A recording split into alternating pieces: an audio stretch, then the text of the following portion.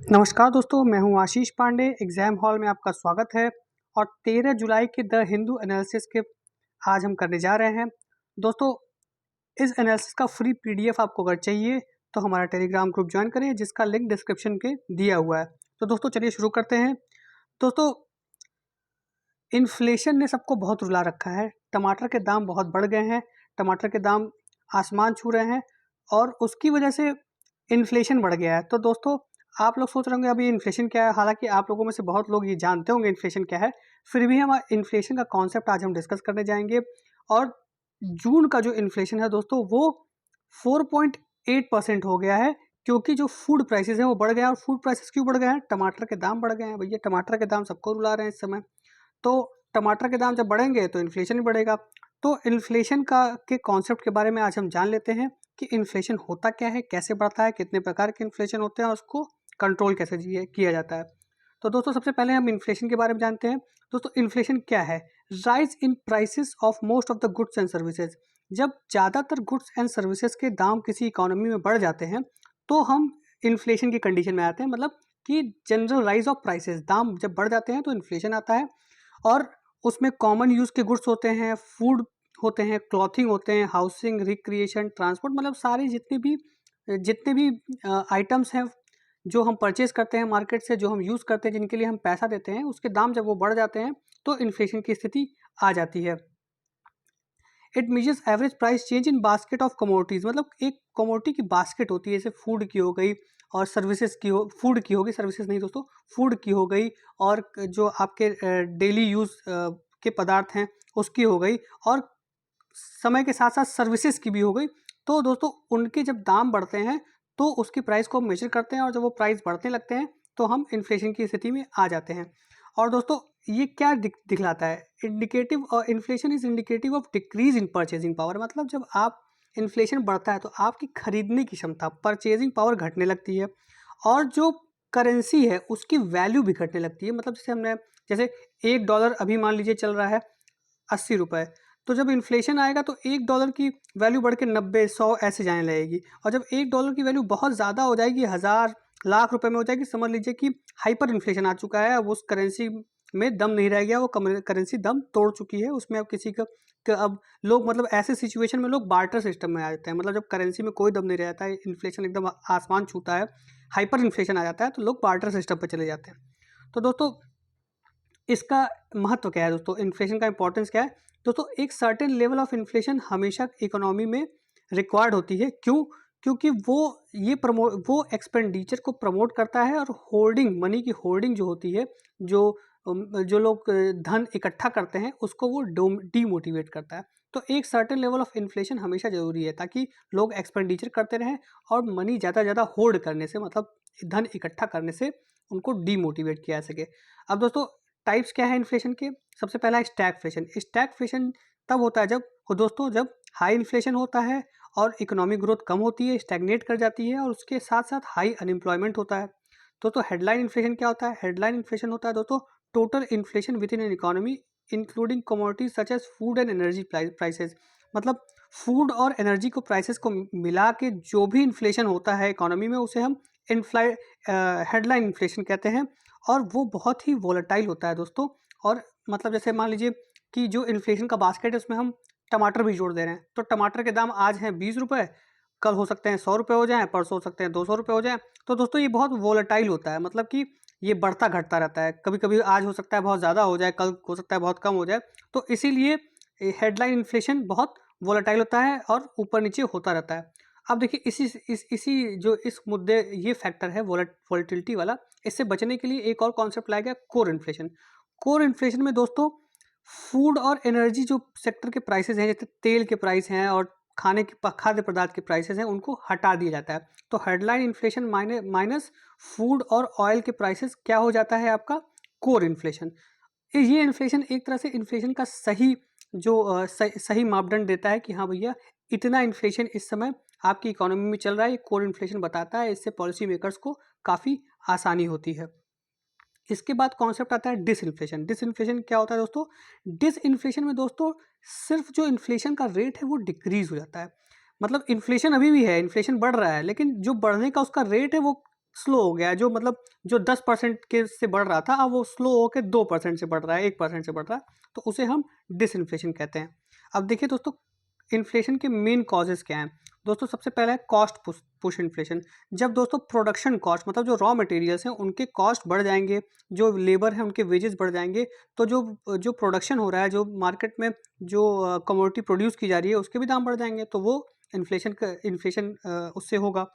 फिर डिमांड पुल इन्फ्लेशन, जब लोगों के बीच में स्ट्रॉन्ग डिमांड होती है, मतलब किसी कोई सामान है, मतलब जैसे मान लीजिए चीनी की ही डिमांड, मतलब शुगर की ही डिमांड बहुत बढ़ जाए, बहुत ज़्यादा बढ़ जाए, और नमक की डिमांड बढ़ जाए, तो क्या होता है कि जब डिमांड बढ़ेगा तो सप्लाई तो कांस्टेंट है, तो जब सप्लाई कांस्टेंट है डिमांड बढ़ जाएगा तो उसका दाम बढ़ जाएगा, तो उससे भी इन्फ्लेशन हो सकता है। मॉनेटरी फैक्टर है दोस्तों, जैसे मान लीजिए मॉनेटरी फैक्टर में हम क्या हम लेंगे, जैसे पैसा है, अगर आरबीआई कल को ज़्यादा पैसा छापने लगे और सर्कुलेट करने लगे मार्केट में, तो लोगों के पास पैसे की सप्लाई बढ़ जाएगी, और पैसे की सप्लाई बढ़ जाएगी तो उससे क्या होगा, पैसे की वैल्यू घट जाएगी। पैसे की वैल्यू घट जाएगी, वैल्यू घटने का मतलब है $1 में जो 80 रुपये है वो बढ़ के हो जाएगा $1 में 90 रुपये, 100 रुपये, क्योंकि लोगों के पास ज़्यादा पैसा है, वो ज़्यादा पैसे से अब डॉलर खरीद सकते हैं। तो उस डॉलर का सप्लाई तो कांस्टेंट है, तो उससे वैल्यू ऑफ मनी घट गई तो क्या हुआ, इन्फ्लेशन बढ़ गया। अब देखो दोस्तों, एक बिल्ट इन इन्फ्लेशन का भी कॉन्सेप्ट होता है कि इसमें क्या होता है, लोग मान लीजिए एक अफवाह फैल गई कि भैया टमाटर मार्केट से गायब होने वाला है, तो अब ये अफवाह की वजह से लोग क्या करेंगे, जल्दी जल्दी टमाटर खरीदना चालू कर देंगे, और इतना ज़्यादा टमाटर खरीदने चालू कर देंगे कि टमाटर की डिमांड बढ़ जाएगी और सप्लाई घट जाएगी, जैसे टमाटर का जो प्राइस है वो बढ़ जाएगा, तो उसको कहते हैं बिल्ट इन इन्फ्लेशन। मतलब कि ना ना सप्लाई का प्रॉब्लम था ना डिमांड का प्रॉब्लम था, लेकिन एक अफवाह की वजह से ये दोनों प्रॉब्लम क्रिएट हो गए, लोग ज़्यादा खरीदना चालू कर दिए और इससे क्या हुआ, इसके दाम बढ़ गए, तो इसको बिल्ट इन इन्फ्लेशन कहते हैं दोस्तों। अब देखिए इन्फ्लेशन का इफेक्ट क्या होता है दोस्तों, इन्फ्लेशन के इफेक्ट्स क्या होते हैं। इन्फ्लेशन से दोस्तों जो हमारी परचेजिंग पावर है वो घट जाती है, क्योंकि दाम बढ़ जाएंगे तो परचेजिंग पावर घट जाएगी, क्योंकि आपकी सैलरी तो कांस्टेंट है। और दोस्तों जो लोअर इनकम कंज्यूमर्स हैं, मतलब जिनकी सैलरी कम है, जो वेजेस पे रहते हैं, जिनका खर्चा एकदम फिक्स होता है, उनके लिए समस्या क्रिएट हो जाती है, क्योंकि उसको उसी खर्चे में अब वो कम चीज़ें खरीद पाएंगे, कम कम चीज़ों को कंज्यूम कर पाएंगे। तो ये जो लोअर इनकम लोग हैं उनको बहुत डिस्प्रपोर्शनेटली बहुत ज़्यादा इम्पैक्ट करता है। हो सकता है वो एक एक टाइम का खाना ही छोड़ दें, क्योंकि वो खरीद ही नहीं सकते हैं, उनके पास पैसे ही नहीं है, तो क्या करेंगे वो। और दोस्तों इससे प्रोडक्शन कॉस्ट बढ़ जाता है। दोस्तों जब मार्केट में जो रॉ मटेरियल है, जैसे मान लीजिए चिप्स बनाने के लिए आलू का यूज़ करना है, तो आलू का जब दाम बढ़ेगा तो चिप्स का भी दाम बढ़ेगा, तो इससे जो है प्रोडक्शन कॉस्ट बढ़ जाता है। प्रोडक्शन कॉस्ट बढ़ने से की वजह से इनपुट कॉस्ट बढ़ गया, जिससे फाइनल प्रोडक्ट का कॉस्ट बढ़ जाता है। और दोस्तों इससे अनसर्टेनिटी आती है मार्केट में। जैसे मान लीजिए टमाटर की चटनी बनाने वाली कोई कंपनी है, अब वो भैया आज 20 रुपये में टमाटर खरीद रही है और पता चला कल उसका दाम हो गया 200 रुपये। तो अब ये कंपनी क्या कहेगी, यार टमाटर से मैं क्या चटनी बनाऊँ, आज इसका 20 रुपये दाम है, मेरा जो रॉ मटेरियल है आज 20 रुपये का है, कल 200 रुपये का है, तो इसका जो दाम है बहुत फ्लक्चुएट कर रहा है। तो इंडिया जैसी कंट्री में भैया हम इन्वेस्ट नहीं करेंगे, क्योंकि यहाँ पता चला आज आपने किसी से सौदा किया 20 रुपये टमाटर का, कल उसका दाम 200 रुपये हो गया, और फिर हमको तो पूरा नुकसान उठाना पड़ जाएगा। तो इसीलिए अनसर्टेनिटी होती है, इसीलिए कंट्रीज उसमें इन्वेस्ट नहीं करती हैं।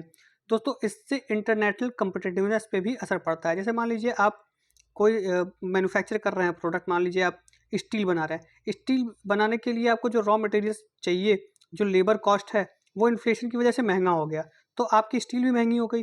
स्टील जब मार्केट में महंगी हो गई तो आप जब उसको एक्सपोर्ट करेंगे तो उसको महंगे दाम में बेचेंगे, और महंगे दाम में बेचेंगे तो क्या होगा, चाइना आएगा, चाइना सस्ते दाम में बेच के आपका स्टील का जो बिडिंग है वो ले जाएगा, टेंडर ले जाएगा, और भैया हमारी स्टील नहीं बिकेगी, तो उसकी वजह से इंटरनेशनल कम्पिटिटिवनेस जो है हमारे स्टील की, हमारी इंडस्ट्री की कम हो जाएगी।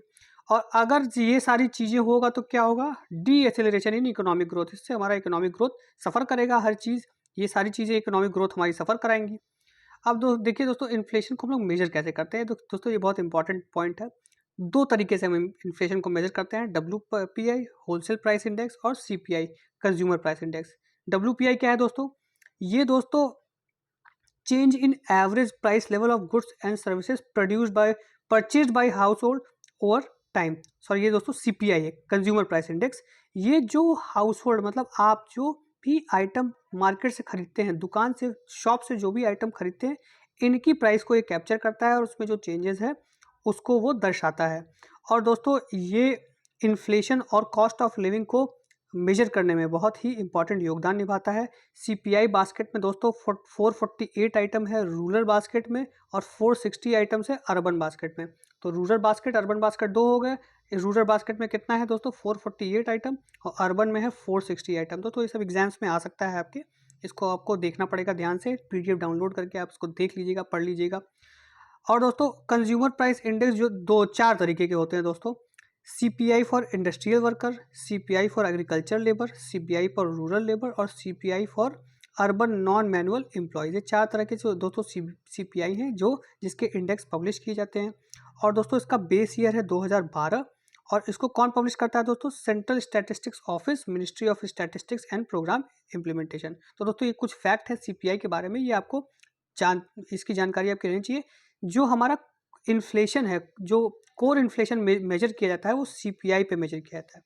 जो दोस्तों कोर इन्फ्लेशन मेजर किया जाता है वो सीपीआई पे मेजर किया जाता है। अब दोस्तों आते हैं हम डब्ल्यूपीआई पे। डब्ल्यूपीआई क्या है दोस्तों, ये मतलब ये इंडिया में बहुत वाइडली यूज़ किया जाता है इन्फ्लेशन रेट को कैलकुलेट करने के लिए, और इससे हम होलसेल इन्फ्लेशन कैलकुलेट करते हैं। होलसेल इन्फ्लेशन क्या है दोस्तों, जैसे मतलब आप चिप्स बना, आपका मैगी चाउमीन चिप्स ये सब खाते होंगे आप, तो ये सब जब कंपनी ने बना के अपने गोडाउन में इसको डाल दिया और यहाँ पे जो इसका प्राइस है उसे हम होलसेल प्राइस कहते हैं। इसी प्राइस पे जो शॉप्स हैं, रिटेलर्स हैं, वो सामान खरीदते हैं और आपको बेचते हैं। तो आपको जो बेचते हैं वो होलसेल प्राइस से, आप जिस प्राइस पे सामान खरीदते हैं वो हमेशा होलसेल प्राइस से ज़्यादा होता है, क्योंकि दोस्तों ये, और जिस प्राइस पे आप खरीदते हैं उसे एमआरपी कहते हैं दोस्तों। तो दोस्तों एमआरपी हमेशा होलसेल प्राइस से ज़्यादा होगा। इससे क्या होता है, एमआरपी से क्या जोड़ा जाता है, सीपीआई जोड़ा जाता है। और ये जो होलसेल प्राइस है जिससे दुकानदार खरीदते हैं, इससे क्या जोड़ा जाता है, डब्ल्यूपीआई जोड़ा जाता है। और इसके इन्फ्लेशन को हम क्या कहते हैं, हेडलाइन इन्फ्लेशन। तो डब्ल्यूपीआई के द्वारा जो इन्फ्लेशन हम मेजर करते हैं उसको हम हेडलाइन इन्फ्लेशन कहते हैं दोस्तों। तो ये कॉन्सेप्ट आपको समझ में आया होगा दोस्तों, उम्मीद करता हूँ। और इसमें दोस्तों जो इसमें इसके बास्केट में क्या क्या होता है, इसके बास्केट में होता है मैन्युफैक्चर प्रोडक्ट जिसका वेटेज है 65%, प्राइमरी आर्टिकल्स है जिसका वेटेज है 20% और फ्यूल और पावर इसमें जोड़ा जाता है जिसका वेटेज है 15%। अब ये वेटेज चेंज हो चुका है दोस्तों, 64.2, 22.6 और 13.1 हो चुका है दोस्तों। हालांकि इसका जो सीरीज़ है वो सेम है। इसको कौन पब्लिश करता है दोस्तों, office of economic adviser, ministry of commerce and industry दोस्तों इसको पब्लिश करती है। और टोटल प्राइस कमोडिटी बास्केट में इसके 697 आइटम्स है दोस्तों। अब देखिए दोस्तों 2014 के बाद जो आरबीआई है वो अब इन्फ्लेशन सीपीआई से मेजर करती है, ना कि डब्ल्यूपीआई से। उससे पहले 2014 के पहले डब्ल्यूपीआई से मेजर होता था, लेकिन अब सीपीआई से मेजर किया जाता है दोस्तों, ये आपको याद रखना है। अब दोस्तों इन्फ्लेशन की बात कर रहे हैं, तो इन्फ्लेशन कंट्रोल करने के लिए एक मॉनेटरी पॉलिसी कमेटी बनाई गई है दोस्तों। उर्जित पटेल कमेटी के रिकमेंडेशन से मॉनेटरी पॉलिसी कमेटी बनाई गई है, उसको 2016 में बनाया गया। और सेक्शन 45 ZB आरबीआई एक्ट 1934 को चेंज करके इसको बनाया गया। इसके जो चेयरमैन होते हैं वो आरबीआई के गवर्नर होते हैं। और इसका काम क्या है दोस्तों, fixing the benchmark policy rate repo rate to restrain inflation with in particular level. मतलब कि जो रेपो रेट है वो इस तरह से फिक्स किया जाता है इस कमेटी द्वारा कि जो हमारी इन्फ्लेशन है वो 2 से 6% के बीच में रहे, नहीं इससे कम नहीं इससे ज़्यादा, क्योंकि दोनों ही इससे कम होगा तो भी इकोनॉमी के लिए सही नहीं है, इससे ज़्यादा होगा तो भी इकोनॉमी के लिए सही नहीं है। अब दोस्तों ये 4 साल में एक बार अपनी मीटिंग करती है और हर मीटिंग में जो भी निर्णय लिया जाता है, जो कि आम सहमति से निर्णय लिया जाता है, उसको ये हर मीटिंग के बाद पब्लिश करते हैं। अब दोस्तों इन्फ्लेशन कंट्रोल करने के लिए कुछ मेजर्स की बात हम कर लेते हैं। सबसे पहले हम मॉनेटरी पॉलिसी मेजर्स की बात करेंगे दोस्तों। 2 पॉलिसी होती है, मॉनेटरी पॉलिसी और fiscal policy. Monetary policy RBI बनाती है और फिस्कल पॉलिसी हमारी मिनिस्ट्री ऑफ फाइनेंस या फिर गवर्नमेंट बनाती है। इसमें क्या होता है दोस्तों, इसमें जो लिक्विडिटी ऑफ मनी है, मनी सप्लाई, इसको देखा जाता है। और इसमें क्या होता है दोस्तों, इसमें जो एक्सपेंडिचर है गवर्नमेंट का फिजिकल पॉलिसी में उसको देखा जाता है। तो ये आपको डिफरेंस पता होना चाहिए। जो एक्सपेंडिचर सोशल सेक्टर स्कीम्स पे खर्चा करती है गवर्नमेंट उसको हम फिजिकल पॉलिसी कहते हैं, और जो CRR SLR ये सारी चीज़ें हैं वो मॉनेटरी पॉलिसी में आती है जिसको आरबीआई कंट्रोल करती है। तो दोस्तों मॉनेटरी पॉलिसी मेजर्स क्या होती हैं दोस्तों, ये सप्लाई, ये एक देखिए दोस्तों मनी सप्लाई और इन्फ्लेशन के बीच में एक क्लोज लिंक है।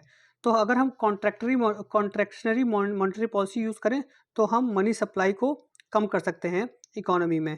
तो इकोनॉमी में जब हम मनी सप्लाई कम करेंगे तो डिमांड कम हो जाएगा और इससे इन्फ्लेशन कम हो जाएगा। देखिए दोस्तों कैसे कैसे ये इसमें एक्सप्लेन किया हुआ है कि जब मनी सप्लाई कम होगा तो रेट ऑफ इंटरेस्ट बढ़ेंगे, इन्वेस्टमेंट घटेगा, एग्रीगेट डिमांड घटेगा, प्राइसेस घटेंगी और इन्फ्लेशन कम हो जाएगा। इसी प्रोसेस में CRR, SLR, रेपो रेट और को भी इंक्रीज या डिक्रीज किया जा सकता है। और CRR, SLR, repo rate, reverse repo rate को इंक्रीज कर सकते हैं हम मनी की सप्लाई को कम करने के लिए, जिससे कि हमारे देश में इन्फ्लेशन कंट्रोल किया जा सकता है। फिजिकल पॉलिसी क्या होता है दोस्तों? फिजिकल पॉलिसी क्या होता है? रेवेन्यू और एक्सपेंडिचर पॉलिसी होती है गवर्नमेंट की, जैसा कि मैंने आपको बताया। अगर कॉन्ट्रैक्टरी फिजिकल पॉलिसी हम यूज़ करें तो हाई इन्फ्लेशन रेट को कम किया जा सकता है। कैसे दोस्तों, ये देख लेते हैं। देखिए, अगर गवर्नमेंट टैक्सेस बढ़ा देगी तो उससे क्या होगा, जो आपके पास डिस्पोजेबल मतलब पैसा खर्च करने के लिए जो होगा वो टैक्स में कुछ तो आप टैक्स में दे देंगे, तो आपको खर्चा करने के लिए आपके पास कम पैसे रहेंगे। तो उस कम पैसे से क्या होगा, आप कंजप्शन आपका डिक्रीज हो जाएगा। अब आप जब कार और बड़ी बड़ी चीज़ें आप खरीदने के लिए जो सोच रहे हैं, जब टैक्स ज़्यादा दे देंगे तो कहाँ से खरीदेंगे? तो कंजप्शन कम हो जाएगा। कंजप्शन कम होगा तो डिमांड कम हो जाएगी, डिमांड कम हो जाएगी तो प्राइस कम होगी, और प्राइस कम होगी तो इन्फ्लेशन का रेट जो है वो लोअर हो जाएगा। अब दोस्तों कुछ और है supply side management, supply side measures हैं, उनको हम डिस्कस करेंगे। देखिए, जो अगर अगर मान लीजिए किसी कमोडिटी की, मान लीजिए आलू हमारे देश में, आलू टमाटर हमारे देश में महंगा हो रहा है, तो उसको हम उनके इम्पोर्ट्स को हम बढ़ावा देंगे और उनके एक्सपोर्ट्स को हम रोक देंगे, क्योंकि भैया अपने ही देश में ज़रूरत है तो हम एक्सपोर्ट क्या करेंगे, तो रोक देंगे, ये काम करेंगे। और एसेंशियल कमोडिटी एक्ट्स को हम ढंग से इम्प्लीमेंट करेंगे, इफेक्टिव इम्प्लीमेंटेशन करेंगे, तो उससे होर्डिंग और स्पेकुलेशन कम हो जाएगा। तो इससे भी जो हमारा क्या कहते हैं इन्फ्लेशन है वो कंट्रोल होगा। और प्रोडक्शन, मान लीजिए कि हमारे देश में ऑयल की कमी पड़ गई, ऑयल मतलब सरसों के तेल की कमी पड़ गई, तो हम सरसों के तेल की कंपनियां जो है उनको मान लीजिए टैक्स कंसेशन देंगे, तो वो प्रोडक्शन बढ़ा देंगे, तो उससे कमी जो है वो पूरी हो जाएगी और उससे इन्फ्लेशन घटेगा। और फार्मर्स को हम अगर हायर MSP देंगे उपज करने के लिए, ग्रेन्स को पैदा करने के लिए, तो उससे भी वो प्रोडक्शन बढ़ाएंगे और इन्फ्लेशन उससे कंट्रोल होगा। और हम अगर कुछ कमोडिटीज़ की प्राइस सीलिंग कर दें, प्राइस सीलिंग क्या होती है दोस्तों, कि इससे ज़्यादा प्राइस नहीं होगा, X रुपीज़ से ज़्यादा, मतलब टमाटर तक का हम सीलिंग कर दें कि भैया 50 रुपये किलो से ज़्यादा नहीं होगा, चाहे कुछ भी कंडीशन हो जाए, तो उससे भी दोस्तों इन्फ्लेशन कर्व हो सकता है। और सप्लाई चेन बॉटलनेक्स को अगर हम को एड्रेस करें तो भी इन्फ्लेशन कम हो। सप्लाई चेन बॉटलनेक्स क्या है, मान लीजिए आंध्र प्रदेश, केरल, कर्नाटक में टमाटर ज़्यादा पैदा हो रहा है और यूपी, बिहार, दिल्ली में कम हो रहा है, तो अगर हम सप्लाई मतलब यहाँ से सप्लाई जो है कंस्ट्रेंट जो है उनको कम कर दें और स्मूथ सप्लाई ऑफ टोमेटो अगर हम देखें साउथ और नॉर्थ में, तो इससे भी इन्फ्लेशन कर्व हो सकता है। तो दोस्तों ये था, this was all about inflation. अब हम अगले टॉपिक पे आते हैं दोस्तों। अब हमारे PM जो हैं वो पेरिस जा रहे हैं विजिट करने फ्रांस में, तो देख लेते हैं भैया क्या क्या हम उम्मीद कर सकते हैं इस विजिट से। तो देखिए दोस्तों, सबसे पहले इंडिया जो है बहुत इंपॉर्टेंट कस्टमर है फ्रेंच आर्म्स के लिए। दसॉल्ट जो है वो राफेल की फाइटर जेट बनाती है, तो इंडिया उसका एक ग्राहक है, बहुत इंपॉर्टेंट ग्राहक है। तो अब इंडिया एडिशनल 26 राफेल जेट्स खरीदने की बात कर सकता है, जो कि INS विक्रांत जो एयरक्राफ्ट कैरियर है उस पर यूज़ किए जाएंगे। इसके साथ साथ 3 स्कॉर्पियन सबमरीन खरीदने की भी बात इंडिया कर सकता है, और ये सारी चर्चाएं पाइपलाइन में हैं दोस्तों। इसके बाद जो है हमारे प्रधानमंत्री वहाँ के बस्टाइल डे सेलिब्रेशन में भी पार्ट लेंगे। बस्टाइल डे सेलिब्रेशन वहाँ कैसा होता है दोस्तों, हमारे प्रधानमंत्री पार्ट लेंगे और हमारी एक आर्मी मिलिट्री कंटीजेंट भी वहाँ पार्ट लेगी। तो बस्टाइल डे सेलिब्रेशन क्या है दोस्तों, जैसे हमारे देश में रिपब्लिक डे होता है वैसे वहाँ पे बस्टाइल डे होता है। बस्टाइल डे वो डे था जब फ्रेंच रेवोल्यूशन शुरू हुआ था 1789 में। वहाँ एक बस्टाइल प्रिजन था जिसको फ्रेंच रेवोल्यूशन ने स्टॉर्म किया था, वहाँ से प्रिजन्स को छुड़ाया था और उसी दिन ये रेवोल्यूशन चालू हो गया था। चलिए दोस्तों, अब अगले खबर पे आते हैं। यमुना वाटर का जो लेवल है दोस्तों वो 60 साल के रिकॉर्ड को तोड़ दिया है। तो अब उससे क्या हुआ है कि उसका पानी जो है वो शहर में जा रहा है और वहाँ के जो आसपास कछार एरिया में लोग रहते हैं उनके लिए वहाँ रहने में बहुत प्रॉब्लम हो रही है, उनके जान माल पे बनाई है। तो इसका रीज़न क्या है दोस्तों, ये देखते हैं रीज़न फॉर फ्लडिंग क्या है। दोस्तों, जो यमुना की जो कैचमेंट एरिया है, मतलब जहाँ से उसको पानी मिलता है, वहाँ बहुत हैवी रेनफॉल हो रहा है। वो कहाँ पे है, उत्तराखंड और हिमाचल प्रदेश में। तो वहाँ हैवी रेनफॉल हो रहा है, तो वहाँ पानी बढ़ जा रहा है और पानी बढ़ने की वजह से जो नीचे की एरिया है, लोअर एरियाज़ हैं, वहाँ पानी की सप्लाई बढ़ रही है, जिससे कि वहाँ फ्लडिंग की सिचुएशन आ जा रही है। और दोस्तों दिल्ली की जो सॉइल है वो भी पानी से सैचुरेट हो गई है, इसीलिए पानी उसमें पर्कुलेट नहीं कर पा रहा है, और जिससे दिल्ली में भी वाटर लॉगिंग की समस्या हो गई है। और हथानी कुंड बैरेज है दोस्तों एक हरियाणा में, इसमें भी ज़्यादा पानी कलेक्ट होने की वजह से ज़्यादा पानी छोड़ा जा रहा है, जिसकी वजह से यमुना में फ्लडिंग की सिचुएशन आ गई है। तो दोस्तों ये कुछ रीज़न थे क्यों फ्लडिंग आ रही है यमुना में। और इसके अलावा दोस्तों जो कैचमेंट जो इसका एरिया है, जो इसके आसपास के एरिया हैं रिवर के, जो जो जो फ्लड बेसिन है रिवर का, वहाँ पे बहुत सारे सेटलमेंट्स हो गए हैं। तो सेटलमेंट होने की वजह से दोस्तों अब इन सेटलमेंट्स पे फ्लडिंग का खतरा हो रहा है और इनको यहाँ से निकाला जा रहा है। तो इंक्रोचमेंट भी बहुत हो रहा है फ्लड प्लेन्स में, यमुना के दिल्ली में और आसपास एरिया में, जिसकी वजह से ये फ्लडिंग की प्रॉब्लम आ रही है।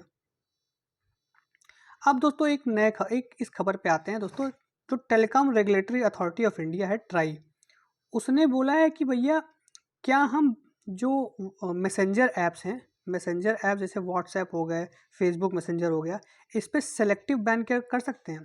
सेलेक्टिव बैन क्या है दोस्तों? सेलेक्टिव बैन है, मान लीजिए कि इंटरनेट शटडाउन, जैसे मान लीजिए मणिपुर जम्मू कश्मीर में कुछ वायलेंस हो रहा है, तो वहाँ पे गवर्नमेंट इंटरनेट शटडाउन कर देती है। और इंटरनेट शटडाउन पूरी कर देती है तो लोगों को बहुत प्रॉब्लम होती है, वहाँ जो वर्क फ्रॉम होम कर रहे हैं या जिनका काम ऑनलाइन चल रहा है उनको बहुत दिक्कतें होती हैं वहाँ पे। तो गवर्नमेंट कह रही कि भैया मोटिव इंटरनेट शटडाउन करने का ये है कि लोग जो है इन्फ्लेमेटरी और कम्युनल हेट्रेड वाले मैसेज ना भेज पाएँ। तो ट्राई ने कहा कि चलो ठीक है, तो क्यों ना हम मैसेजिंग ऐप्स को ही बैन कर दें, मैसेजिंग ऐप को ही बैन कर दें, और इसी को कह रहे हैं सेलेक्टिव बैनिंग। मतलब पूरा बैन नहीं करेंगे, सिर्फ मैसेजिंग बैन कर देंगे और जो इन्फॉर्मेशन का आदान प्रदान है वो बैन कर देंगे, बाकी सब काम चलता रहेगा, इंटरनेट शटडाउन नहीं होगा। तो इससे क्या होगा दोस्तों? जो प्रोवोकेटिव मैसेजेस हैं वो नहीं भेजे जा सकेंगे, और जैसे जम्मू एंड कश्मीर और मणिपुर में जिस तरह के एक्सप्लोजिव सिचुएशन है उसको कंट्रोल किया जा सकेगा। तो ये कैसे होगा दोस्तों? सेलेक्टिव बैनिंग कैसे होगी? इसका अप्रोच ट्राई ने बताया है कि भैया जो जो टेलीकॉम फर्म्स हैं, टेलीकॉम फर्म जैसे मतलब एयरटेल, रिलायंस, इनसे और व्हाट्सएप मैसेंजर जैसे कंपनी, फेसबुक मैसेंजर, ये दोनों कॉपरेट करें आपस में, और इनकी जब भी शटडाउन हो, इंटरनेट शटडाउन की बात हो, तो व्हाट्सएप और फेसबुक की मैसेजिंग ऐप्स को वो बैन कर दें, रोक दें। और जो भी ट्विटर या फिर फेसबुक से जो भी इंफॉर्मेशन डिसमिनेट की जाती है उस पर रेगुलेशन रखें, या उसको भी बैन कर दें, बंद कर दें। ट्विटर, फेसबुक सब बंद कर दीजिए, कोई दिक्कत नहीं है। व्हाट्सएप बंद कर दीजिए, लेकिन जो इंटरनेट सर्फिंग है, न्यूज़ है, ऑनलाइन जो क्लाउड पोर्टल्स हैं उनको चालू रखिए। और इसी एवज में जो आपके मैसेजिंग ऐप्स हैं उनको उनकी लाइसेंसिंग का भी प्रोविज़न होना चाहिए। लाइसेंसिंग का मतलब कि दोस्तों लाइसेंसिंग का मतलब क्या होता है दोस्तों? कि जो व्हाट्सएप ऐप है, फेसबुक ऐप है, उस पर स्ट्रॉन्ग रेगुलेशन होना चाहिए कि आप शटडाउन के केस में कौन से मैसेज आगे बढ़ाएंगे, किसके मैसेज आगे बढ़ाएंगे, और किसको आपको ब्लॉक करना है, बैन करना है। ये सारी लाइसेंसिंग रेगुलेशन में ये सारी चीज़ें बताई जानी चाहिए। अब दोस्तों यहाँ एक और कॉन्सेप्ट आया है वीपीएन का। वीपीएन क्या है दोस्तों? Virtual private network. अब दोस्तों वर्चुअल प्राइवेट नेटवर्क क्या होता है? वीपीएन दोस्तों, जैसे मान लीजिए आप इंटरनेट सर्फिंग कर रहे हैं, सर्फिंग करके आप घर गए, तो हो सकता है जैसे मान लीजिए आपने कोई साइट देखा, मान लीजिए गूगल न्यूज़ देखा, सरकारी रिजल्ट देखा, तो हो सकता है इसके जो होस्ट हैं आपके आईपी एड्रेस को पता करके आपका लोकेशन ट्रेस कर लें। लेकिन अगर आप वीपीएन ऐप का यूज़ कर रहे हैं तो ये ऐसा नहीं कर पाएंगे, क्योंकि ये आपके आईपी एड्रेस को मास्क कर देगा, और जो होस्ट अलग अलग होस्ट कंट्री में आपके आईपी एड्रेस को वो दर्शाएगा, जिससे किसी भी वेबसाइट को, चाहे गूगल न्यूज़ हो, चाहे सरकारी रिजल्ट हो, चाहे यूपीएससी हो, कोई भी साइट जो है आपका लोकेशन ट्रेस नहीं कर पाएगी। तो ये भी एक वीपीएन का प्रॉब्लम देखा गया है कि अगर इंटरनेट शटडाउन कर दिया जाए या सेलेक्टिव बैन किया जाए ऐप को, तो वीपीएन से लोग इसे बाईपास कर सकते हैं। और बाईपास करके क्या करेंगे? बाईपास करेंगे तो उसको यूज़ करेंगे, और जो गवर्नमेंट है वो जो बाईपासर्स हैं उनका लोकेशन भी नहीं जान पाएगी, क्योंकि ये सारे डेटा, सारे मैसेजेस वो वीपीएन पे भेजेंगे, वो सारे इनक्रिप्टेड होंगे। तो इससे दिक्कत आएगी सरकार को। तो अब जो ट्राई है वो ये देख रही है कि वीपीएन को भी कैसे सेलेक्टिव बैनिंग में रोका जाए, बैन किया जाए, जो वीपीएन सर्विस प्रोवाइडर्स हैं उनसे बात की जाए। और इस विषय में अब ट्राई ने एक पब्लिक से राय पूछी है कि ये कैसे किया जाए, तो उसी के बारे में दोस्तों ये आर्टिकल है। चलिए दोस्तों अब आगे बढ़ते हैं। नेशनल रिसर्च फाउंडेशन दोस्तों न्यूज़ में है, आइए देखते हैं क्या है नेशनल रिसर्च फाउंडेशन। दोस्तों नेशनल रिसर्च फाउंडेशन बिल 2023 को कैबिनेट ने अप्रूवल दे दिया है और हो सकता है ये इस मॉनसून सत्र में इसको पास कर दिया जाए। और एनआरएफ है क्या दोस्तों? ये एक एपेक्स बॉडी है जो हाई लेवल स्ट्रेटेजिक डायरेक्शन देगी देश में साइंटिफिक रिसर्च को, मतलब साइंटिफिक रिसर्च के लिए हाई लेवल डायरेक्शन देगी ये बॉडी, इसीलिए इस बिल को लाया जा रहा है। और ये बिल नेसेसरी क्यों है दोस्तों? क्योंकि दोस्तों जो हमारे देश में प्राइवेट रिसर्च ऑर्गेनाइजेशन है वो उनको फंडिंग नहीं मिलती है, वो कंट्रीब्यूट फंडिंग में नहीं कर पाते। जो current law made it hard for private research organisation to contribute to a funding body such as NRF. जो प्राइवेट रिसर्च ऑर्गेनाइजेशन हैं वो एनआरएफ जैसी बॉडी में फंडिंग करने में उनको दिक्कत होती है, इसीलिए ऐसे लॉ की ज़रूरत पड़ी है दोस्तों। अब इस बिल के कुछ फीचर देख लेते हैं दोस्तों। ये एनआरएफ इस्टेब्लिश करने के लिए बनाया गया है, क्योंकि देश में प्रमोट करना है आर&डी, रिसर्च एंड डेवलपमेंट इन्वायरमेंट को, रिसर्च इनोवेशन ये सब फॉस्टर करना है देश में। कहाँ पे? यूनिवर्सिटीज़ में, कॉलेज में, रिसर्च इंस्टीट्यूट में और आर&डी लैबोरेटरीज़ में। और दोस्तों ये science and engineering research board जो कि पार्लियामेंट द्वारा 2008 में बनाई गई थी उसको रिपील करेगा और उसको एनआरएफ में अब सब्स्यूम कर लेगा। और दोस्तों जो एसईआरबी थे वो डिपार्टमेंट ऑफ साइंस टेक्नोलॉजी के मेन फंडिंग बॉडी थे, और जो स्टार्टअप्स होते थे साइंस एंड टेक के, इनक्यूबेटर्स होते थे, उनको फंड करते थे। तो अब वो चेंज हो जाएंगे किससे? एनआरएफ से। एनआरएफ दोस्तों नेशनल एजुकेशन पॉलिसी में एक मुख्य बात कही गई थी एनआरएफ जैसी बॉडी को इस्टेब्लिश करने के लिए, तो उसी को इस्टेब्लिश किया जा रहा है। और इसका 2023 से 2028 के बीच में इसमें 50,000 करोड़ इस्टेब्लिश करने में इसको लगाया जाएगा, और जिसमें से 10,000 करोड़ गवर्नमेंट देगी, 36,000 करोड़ प्राइवेट सेक्टर से आने की उम्मीद है दोस्तों। और डीएसटी जो है दोस्तों, डिपार्टमेंट ऑफ साइंस टेक्नोलॉजी, जो यहाँ पे हमने देखा, वो इसका एडमिनिस्ट्रेटिव डिपार्टमेंट होगा और उसमें एक गवर्निंग बोर्ड भी होगा। जो प्राइम मिनिस्टर होंगे वो दोस्तों वो इसके प्रेसिडेंट होंगे एनआरएफ के, और union minister of science and technology, union minister of education जो होंगे वो इसके एक्स ऑफिशियो वाइस प्रेसिडेंट होंगे दोस्तों। गवर्निंग बॉडी जो होगी दोस्तों उसमें एमिनेंट रिसर्चर्स, प्रोफेसर्स, स्कॉलर्स होंगे हर डिसिप्लिन से, अक्रॉस ऑल द डिसिप्लिन। और इसकी जो फंक्शनिंग है दोस्तों उसको एक एग्जीक्यूटिव काउंसिल गवर्न करेगी, जो चेयर करेंगे, जिसके चेयरमैन होंगे principal scientific adviser to government of India. ठीक है दोस्तों, तो ये एनआरएफ के बारे में कुछ जानकारी थी। अब इसका ऑब्जेक्टिव क्या है दोस्तों? एक इक्विटेबल और greater participation from private sector, मतलब प्राइवेट सेक्टर ज़्यादा रिसर्च आर&डी में पार्टिसिपेट कर सके, फंडिंग कर सके, ये एक इसका ऑब्जेक्टिव है। और देखिए दोस्तों जो करंट फंडिंग है वो आईआईटी आईआईसीज़ को मिल जाता है, ज़्यादा फंडिंग उनको मिल जाती है, लेकिन जो स्टेट यूनिवर्सिटीज़ हैं उनको कम फंडिंग मिलती है। तो इस प्रॉब्लम को भी एड्रेस करने के लिए एनआरएफ को बनाया गया है। और रिसर्च फंडिंग को दोस्तों एनआरएफ प्रायोरिटाइज करेगा, मतलब हर जगह रिसर्च फंडिंग के लिए एनआरएफ पैसे देगा और रिसर्च फंडिंग को प्रमोट करेगा। और ये कोलैबोरेशंस, मतलब एनआरएफ के द्वारा इंडस्ट्री, एकेडमिया, गवर्नमेंट डिपार्टमेंट और रिसर्च इंस्टीट्यूशन है वो आपस में कोलैबोरेट करेंगे और आर&डी इन्वायरमेंट को देश में बढ़ावा देंगे, इनोवेशन को बढ़ावा देंगे, ये सारी चीज़ों को बढ़ावा देंगे। और ये दोस्तों कैसे होगा? जब गवर्नमेंट एक इंटरफेस मैकेनिज्म ले आएगी, मतलब एनआरएफ के थ्रू गवर्नमेंट एक इंटरफेस मैकेनिज्म ला रही है जिसमें इंडस्ट्री, एकेडमिया, गवर्नमेंट डिपार्टमेंट आपस में इंटरेक्ट कर सकेंगे और आर&डी कल्चर को देश में बढ़ावा दे सकेंगे। और दोस्तों पॉलिसी फ्रेमवर्क पे भी ये काम करेगी एनआरएफ, और एक ऐसा पॉलिसी फ्रेमवर्क बनाएंगी जिसमें रेगुलेटरी प्रोसेस होगा जो क्या करेगा, आर&डी में रिसर्च एंड डेवलपमेंट और इनोवेशन को इंडस्ट्रीज़ में फॉस्टर करेगा, ग्रो करेगा। तो दोस्तों ये था एनआरएफ के बारे में। अब देखिए दोस्तों फिर से यूरोपियन पार्लियामेंट आ गई क्वेश्चन में। यूरोपियन पार्लियामेंटेरियंस ने मणिपुर के सिचुएशन पे डिस्कस किया है और वहाँ बहुत चिंता जताई है कि मणिपुर में बहुत दिक्कतें हैं भैया। अब भैया यूरोपियन पार्लियामेंटेरियंस को पहले ये बता दो कि यार जो तुम्हारे नीदरलैंड में जो आपके प्राइम मिनिस्टर हैं वो उन्होंने काहे रिजाइन कर दिया, आपके जो फ्रांस में राइट्स हो रहे हैं उन पे भी थोड़ा चिंता जता लो। तो ये सब पे तो चिंता इनको जतानी नहीं है, ये इंडिया आ गए हैं 7,000 किलोमीटर दूर और मणिपुर पे चिंता जता रहे हैं। चलिए खैर जता दिया तो जता दिया, अब न्यूज़ में आ गया तो ईयू के बारे में जान लेते हैं भैया ईयू क्या है। तो दोस्तों यूरोपियन यूनियन जो है 27 कंट्रीज़ का मेंबर स्टेट है और सब सारे के सारे यूरोप में हैं। और कैसे इस्टेब्लिश किया गया था दोस्तों इसको? मास्ट्रिक्ट ट्रीटी के द्वारा, जो कि नवंबर 1, 1993 में लागू हुई थी। इसका गवर्निंग स्ट्रक्चर क्या है दोस्तों? इसमें 4 डिसीजन मेकिंग बॉडी होते हैं। सबसे पहला है यूरोपियन काउंसिल, जिसमें सारे हेड ऑफ स्टेट्स रहते हैं और ये पॉलिटिकल डायरेक्शन देते हैं, मतलब पॉलिटिकल डिसीजन लेते हैं। फिर यूरोपियन कमीशन होती है, ये एग्जीक्यूटिव ब्रांच है यू का, यहाँ जो डिसीजन लिए जाते हैं ये यूरोपियन कमीशन उसको लागू करती है। फिर यूरोपियन पार्लियामेंट होती है, इसमें सब डायरेक्टली इलेक्टेड जो लेजिस्लेटिव मेंबर्स हैं वो यहाँ पार्लियामेंट में बैठते हैं, जैसे हमारा पार्लियामेंट है। और काउंसिल ऑफ यू ये सबसे टॉप डिसीजन मेकिंग बॉडी है। ईयू के जो भी कंबाइंड कंसोलिडेटेड डिसीजंस होते हैं, जैसे कि लेजिस्लेशन हो गया और मुद्रा यूरो मुद्रा का मामला हो गया, वो सारी जो डिसीजंस हैं वो ये काउंसिल ऑफ यूरोप ईयू लेती है। तो 4 बॉडी है दोस्तों, European council, European commission, European parliament और काउंसिल ऑफ ईयू। अब दोस्तों देखते हैं कि इंडिया और यू के बीच में क्या कॉपरेशन है, क्या है ये मामला। अब ये लोग क्रिटिसाइज तो कर रहे हैं, लेकिन इंडिया को ऐसे इग्नोर नहीं कर सकते। देखिए इंडिया जो है ईयू का 3rd लार्जेस्ट ट्रेडिंग पार्टनर है और 62.8 बिलियन का ट्रेड इंडिया करता है। और इंडिया का जो टोटल 1% ट्रेड है वो यू से है। और चाइना कितना है? 12% है। यूएस का 11.7%। मतलब चाइना और यू हमसे ज़्यादा ट्रेड करते हैं ईयू में।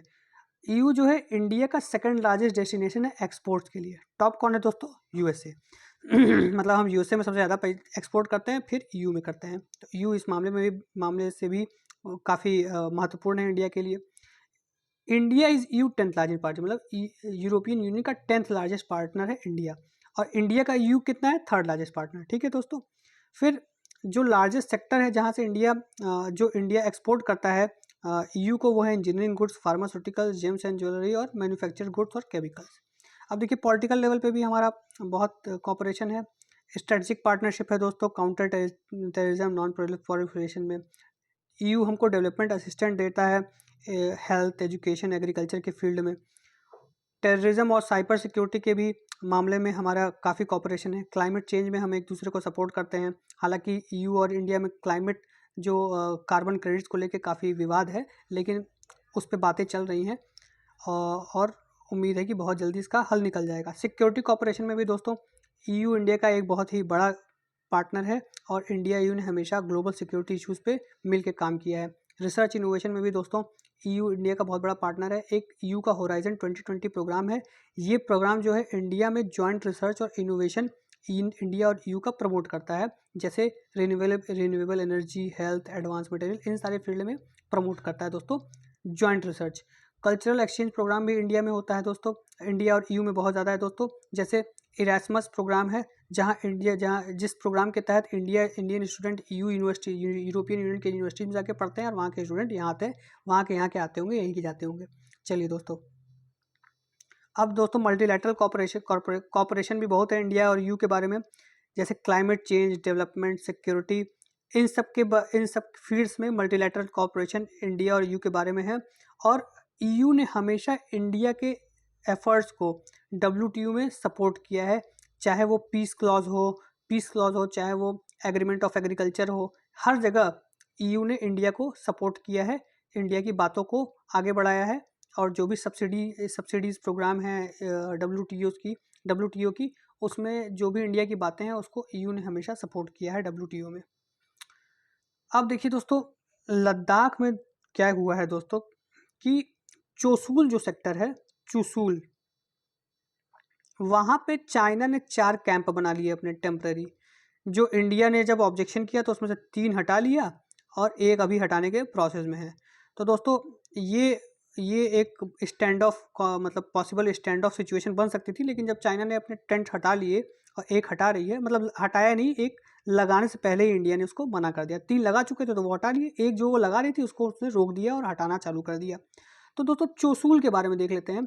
चोसुल वैली कहाँ है? देखिए दोस्तों, ये है चोसुल वैली यहाँ पे है दोस्तों, ये मैप में आप देख सकते हैं, ये चोसुल वैली है। चोसुल वैली बहुत इंपॉर्टेंट स्ट्रेटेजिक लोकेशन है दोस्तों। ये south of Pangong Tso lake में लाई करता है।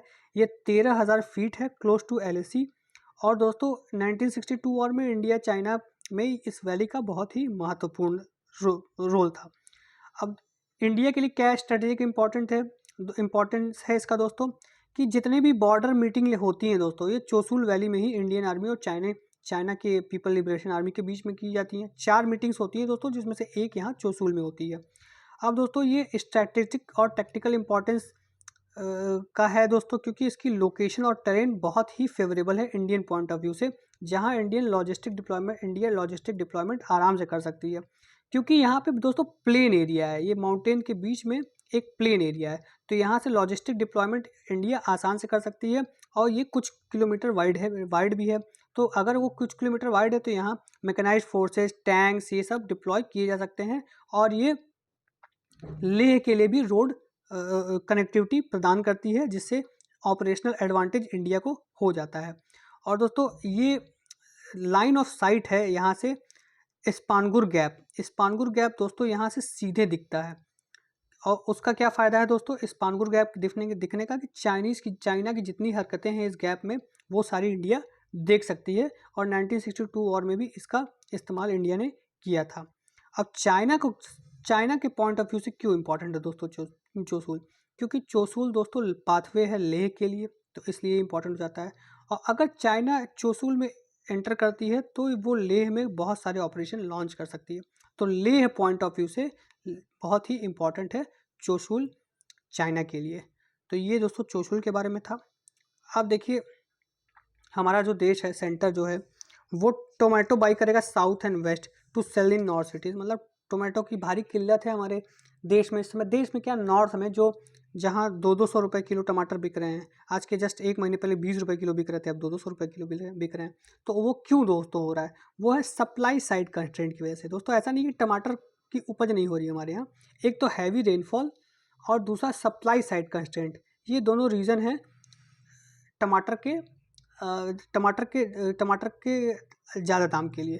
तो हैवी रेनफॉल की वजह से जो नॉर्दर्न स्टेट है वहाँ टमाटर की जो उपज है वो प्रभावित हुई है, और सप्लाई साइड कंस्ट्रेंट की वजह से जो सदर्न स्टेट टमाटर उगाते हैं वहाँ से नॉर्थ में आने में टमाटर को काफ़ी समस्याएं फेस कर रही हैं, इसीलिए टमाटर की प्राइस हाई हो गई है। तो अब सेंटर क्या कर रही है कि साउथ और वेस्ट से टमाटर सेंटर बाई करेगी, केंद्र सरकार बाई करेगी और उसको नॉर्दर्न स्टेट्स में बेचेगी। इससे टमाटर की प्राइस कम हो जाएंगे और काफ़ी दाम में इसकी कमी आएगी, जिससे जनता को राहत मिलेगी। और दोस्तों जो मेजर टमाटो प्रोड्यूसिंग स्टेट है हमारे देश में वो है आंध्र प्रदेश जो नंबर 1 पे है, फिर मध्य प्रदेश, फिर कर्नाटक, फिर गुजरात, फिर उड़ीसा, फिर वेस्ट बंगाल, फिर महाराष्ट्र, फिर छत्तीसगढ़, बिहार, तेलंगाना, यूपी, हरियाणा और तमिलनाडु। तो कहाँ से गवर्नमेंट प्लान कर रही है टमाटो लेने का? आंध्र प्रदेश से, कर्नाटक से, गुजरात से, वेस्ट बंगाल से, महाराष्ट्र से और तेलंगाना से। तो ये स्टेट्स ऐसे हैं जहाँ पे अभी बारिश की बहुत मार नहीं झेली गई है और टमाटर की प्रोडक्शन ठीक ठाक हो रहा है, तो वो अब इधर नॉर्दर्न स्टेट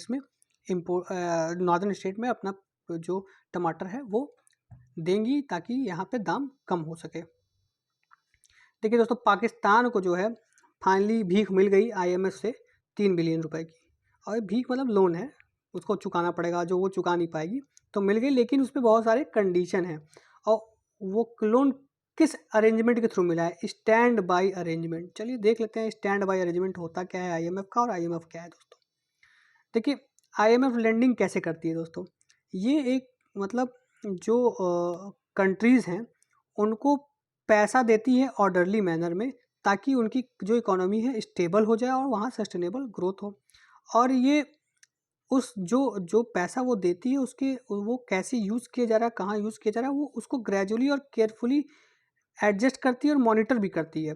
और दोस्तों ये करेक्टिव पॉलिसी एक्शन भी बताती है। जैसे इंडिया में 1990 में जब क्राइसिस आया था, तो IMF ने जब हेल्प किया था तो हमको भी करेक्टिव पॉलिसी एक्शन बताया था, जिसको हम इकोनॉमिक लिबरलाइज LPG रिफॉर्म कहते हैं। तो ऐसे ही कुछ वो पाकिस्तान को भी बताना चाह रही है, लेकिन पाकिस्तान को तो LPG से मतलब है नहीं। पाकिस्तान को किससे मतलब है? पाकिस्तान को टेररिज्म से मतलब है, अपने आर्मी से मतलब है, आर्मी की शान में कोई कमी नहीं आनी चाहिए, ठाट बाट में कोई कमी नहीं आनी चाहिए, उससे मतलब है। तो पाकिस्तान उसको सुन नहीं रहा है, लेकिन अब इतनी डेप्थ क्राइसिस आ गई उसको थोड़ी बातें सुननी पड़ रही है।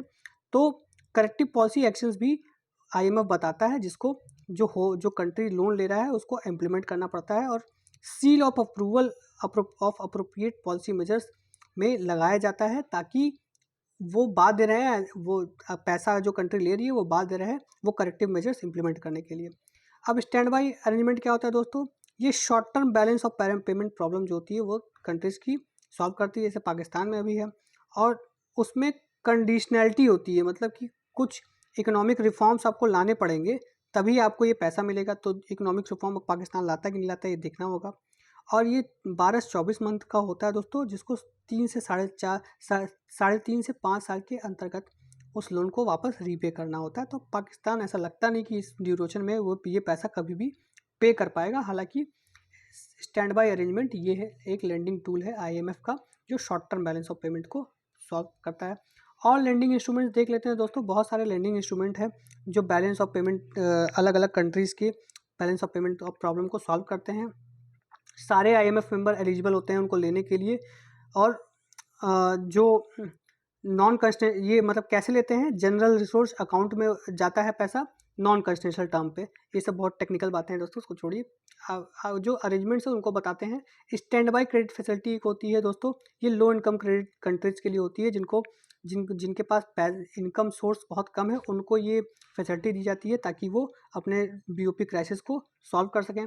एक्सटेंडेड फंड फैसिलिटी होती है दोस्तों, ये इसको एक्सटेंडेड क्रेडिट फैसिलिटी भी कहते हैं। ये भी लो इनकम कंट्रीज़ के लिए होती है और ये मीडियम टर्म सपोर्ट होता है, शॉर्ट टर्म नहीं, ये मीडियम टर्म सपोर्ट होता है जिनको बैलेंस ऑफ पेमेंट प्रॉब्लम है, जिन कंट्रीज़ को।